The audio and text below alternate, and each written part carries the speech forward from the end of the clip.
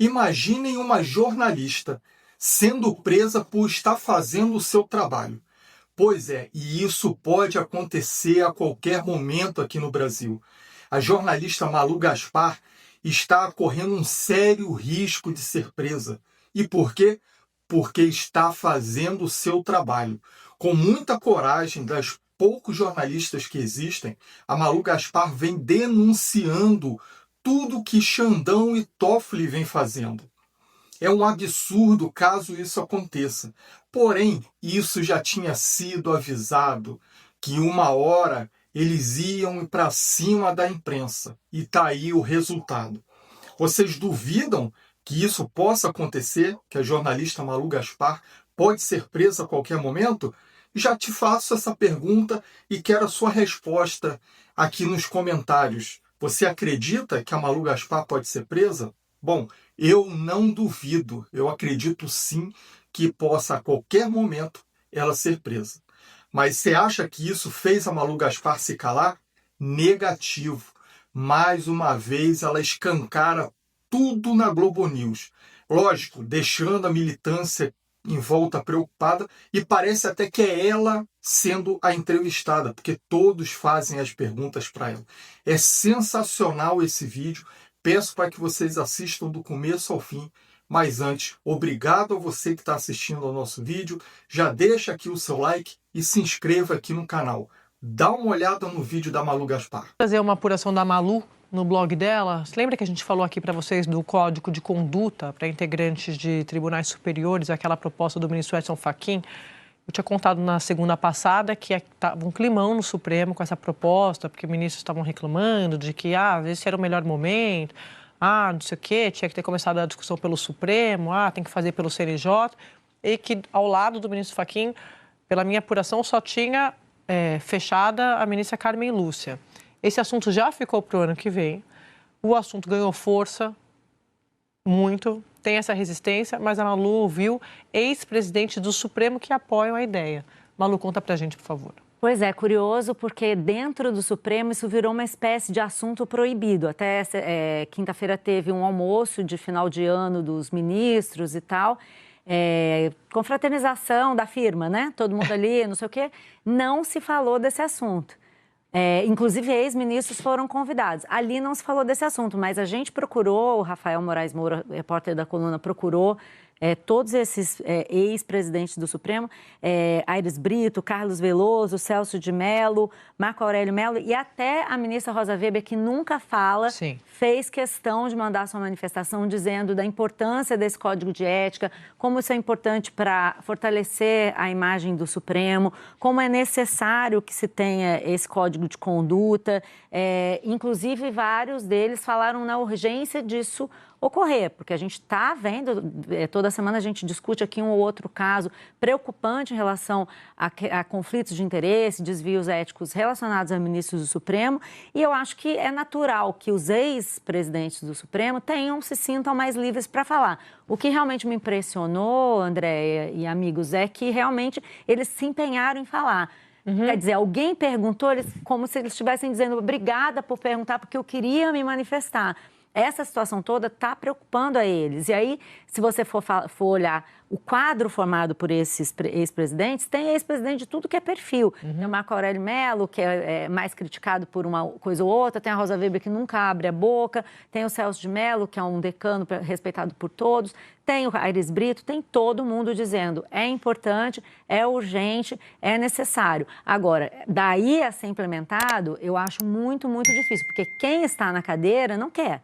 Né? Eles, inclusive, o climão é esse, eles ficam se acusando mutuamente, e principalmente o Fachin, de ter trazido essa proposta de modo a constranger os colegas. Ora, constranger por quê? Mesmo caso aqui das emendas parlamentares. Se você não tem nada para esconder, não tem problema jogar a luz do sol. A questão é quando você começa a não querer, sendo um ministro do Supremo, que é responsável por guardar a Constituição, não querer prestar contas à população. Aí realmente a coisa complica. Há de se perguntar por que um ministro do Supremo há de não querer obedecer um código de ética. É estranho, né? No mínimo, para dizer o mínimo. Eu falei aqui que quando o 8 de janeiro acabou, o julgamento, que o Supremo ia voltar, essas divergências iam voltar a ficarem bem claras, assim. E é o que está acontecendo com esse caso do Código de Conduta. Porque no 8 de janeiro, mesmo um ministro que acha que pudesse ter um debate, se constrangia em dizer que aquilo não foi uma tentativa de golpe, porque o Supremo ficou daquele jeito.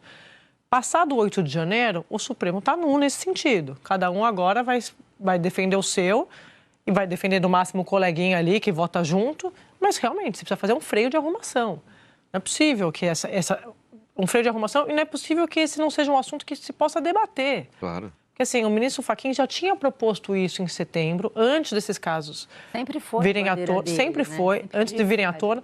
A reclamação que alguns setores do Supremo fazem quando eu converso com eles é por que não começa com o CNJ, os chamados penduricalhos, né?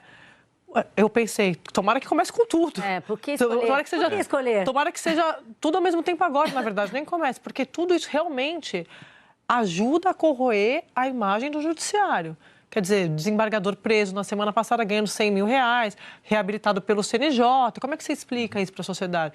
Então, você vai reforçando essa ideia na sociedade de que o judiciário, ou setores do judiciário, não gosto nunca de colocar todo mundo no mesmo bolo, mas que estão acima da lei. Então, assim, não dá. Quando você está acima da lei e acha que você pode tudo, você começa a fazer o que não deve. Então, eu acho que é preciso debater. Se for uma bandeira, e também acho que o ministro Fachin já ganhou com essa discussão. Se ele consegue implementar, vitória. Se ele não consegue implementar, eu tentei, mas eles não quiseram. E quem não quis? Eu acho muito importante que esse assunto seja coberto, como é coberto qualquer assunto relativo ao Congresso, negociação com o Executivo, porque esse foi o papel em que o Supremo se colocou. O Supremo entrou nessa casinha, né, de todos os ministros, cada um ser uma entidade à parte, não sei o quê. Então, nós temos que cobrir assim. Quem não quer, quem é que não quer? E por que não quer? quer? Acho que quando a gente fala setores do Supremo, fica uma grande nuvem. Na verdade, acho importante saber quem que não quer e perguntar a cada ministro, o senhor não quer por quê? O senhor quer ou o senhor não quer? E qual é a sua questão com relação ao Código de Ética? É inacreditável que em 2025 nós estamos discutindo quem no Supremo Tribunal Federal não quer um Código de Ética. É assim, surreal. Agora, Malu, num país como o Brasil, onde ministros do Supremo falam bastante, né? Falam bastante com a imprensa, com jornalistas e tudo mais, não deixa de ser curioso a gente ver agora, e você foi atrás, e o pessoal da coluna foi atrás, de ex-presidente do STF para falar nisso. O que dá a impressão de que é necessário não estar mais na corte para você conseguir falar com mais veemência, né? E eu fico me perguntando se todos esses que falaram agora com mais veemência sobre isso têm um histórico, enquanto eles estavam na corte também, de defender essa bandeira que o Fachin se arriscou a defender, né? Eu acho que varia um pouco, acho que varia. Varia, né? Agora, essa questão de palestra, de jatinho, de contrato de mulher advogada, isso foi ficando mais, não é que nunca teve, mas eu acho que foi ficando mais flagrante nos últimos tempos, sabe? Agora, você falou, para falar em palestra, eles gostam, né? Para viajar para Roma, para Lisboa, para fazer palestra paga, e eles topam ir. Mas agora, nessa questão que é importante para toda a sociedade, está um maior silêncio, né? Você, Dani? Pois é, Sadi, eu estou muito impressionado com esse silêncio de vários ministros do Supremo em relação ao Código de Conduta, que poderia ser fundamental para fortalecer a posição do próprio Supremo. Por que um ministro do Supremo é contra um Código de Conduta do Supremo? Eu realmente, a pergunta que a Malu fez há pouco, é a mesma que eu faço, não consigo compreender. Não consigo compreender.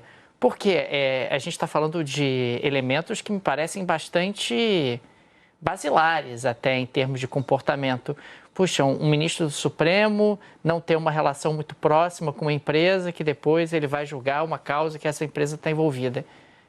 Não precisa ser formado em direito para entender que isso deveria ser o padrão, deveria ser a regra, deveria ser algo usual. Até porque quando a gente pensa no comportamento dos ministros, eles podem dizer, não, mas eu sou uma pessoa isenta, mas você não tem que apenas ser isento, você tem que parecer isento para a sociedade. Existe a noção do conflito de interesse, né? Que não quer dizer que você decidiu contra, mas o simples fato de existir um conflito já deveria barrar determinadas iniciativas, né? Claro, e é pior, quer dizer, no atual momento a gente tem ministros do Supremo que se recusam a oferecer informações sobre palestras que oferecem, sobre viagens que são realizadas, em quem custodia essas viagens. Isso é o que acontece Hoje... Mais do que isso, né, Daniel? A gente teve em 2023 uma decisão tomada por todo o Supremo que liberou os ministros e, por consequência, todo o judiciário, todas as camadas do judiciário abaixo, todos os juízes, para julgar casos em que os escritórios dos seus parentes atuem.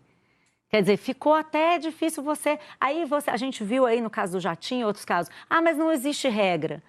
Tá, não existe regra, mas assim, de repente, como você liberou tudo, não existe regra para nada. Então, a gente vai fazer tudo porque liberou geral. Não, e a defesa muitas vezes puxa, mas o meu parente, coitadinho, o escritório dele não vai poder participar ou eu não vou poder julgar. Não.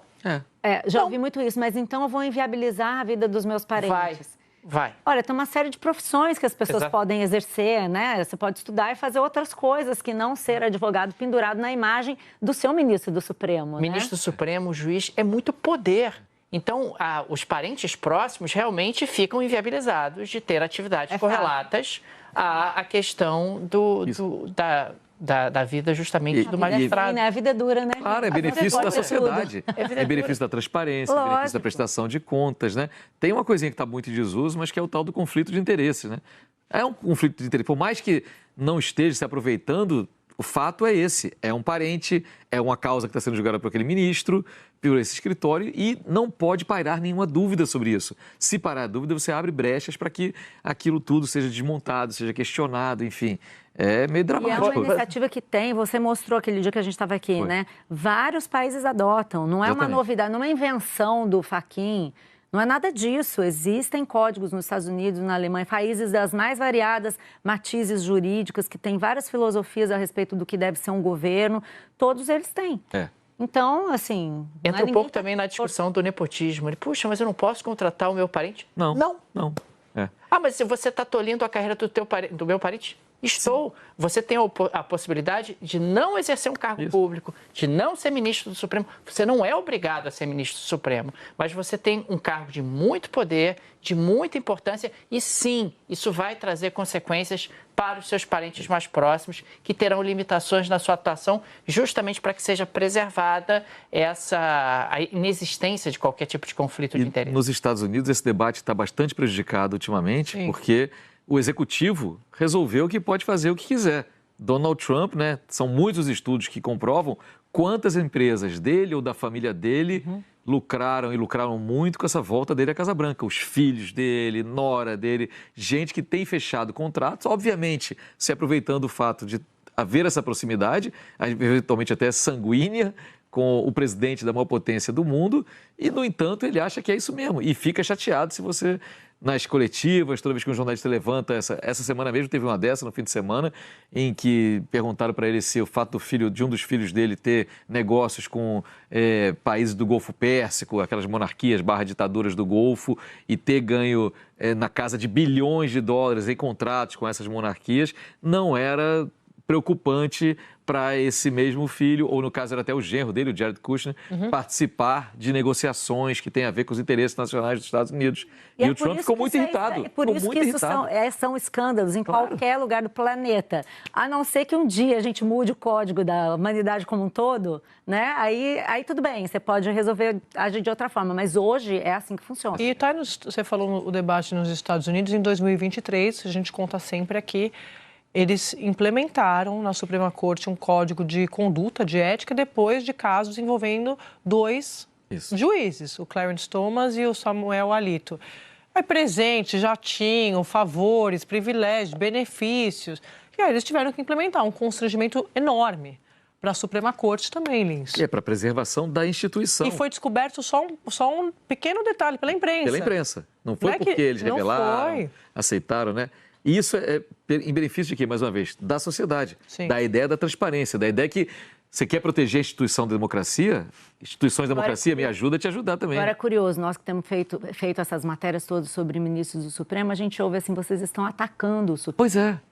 Não é um ataque, gente. Não está defendendo de ataque. Você quer que o Supremo melhore. A gente cumprindo o nosso papel. Se eles não cumprem os deles, a gente não pode fazer nada. O fato é que a gente cumpre o nosso papel. Nosso papel como imprensa é fiscalizar todo mundo que tem posição de poder, que usa o recurso público. A nossa missão não é com A ou B, a nossa missão é com o leitor, com o ouvinte, com o assinante. Nós estamos aqui para isso. Essa é a função do jornalismo. Nós também sabemos que para fazer uma coisa, a gente tem que deixar de fazer outra. Tem coisas que nós, como jornalistas, não podemos fazer. É assim. Agora, para cumprir a nossa missão, tem que ser assim e a gente tem que ir atrás. Olha, hoje aqui no Brasil, você dar a sua opinião já é arriscado. Você fazer jornalismo trazendo a verdade é tão arriscado quanto. E o que a Malu Gaspar vem fazendo é somente trazendo a verdade. Ela não emite opinião, nada. Ela só traz o que está sendo analisado, investigado e feito. Ela bota tudo aí para o brasileiro estar ciente do que vem acontecendo nos bastidores do Superior Itamaraty Federal. E é isso daí que está deixando ela na mira de Xandão e Toffoli. E que sim, a qualquer momento ela pode ser presa. E olha, se chegarmos a esse ponto de uma jornalista ser presa, aí, meu amigo, pode sim dizer que isso daqui se transformou em uma ditadura. E pensamos que isso não fosse acontecer, mas está muito próximo de acontecer. Mas e aí? O que vocês acharam do vídeo? O que vocês estão achando da atitude da Malu Gaspar? Deixaram aqui nos comentários? Se não, deixa aqui nos comentários. Se você ainda não curtiu o vídeo, curta aqui o vídeo, se inscreva aqui no nosso canal, porque eu estou sempre trazendo esse tipo de informação para vocês aqui. Então, até o próximo vídeo e fiquem com Deus.